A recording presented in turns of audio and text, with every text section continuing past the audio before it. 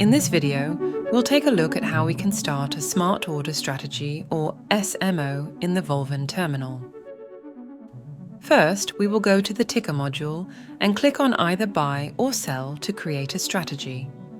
A dialog window will pop up and we can select the SMO strategy from the top bar.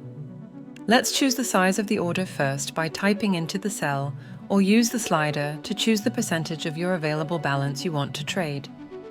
Second, let's choose a price limit, which determines maximum or minimum price the strategy can trade at.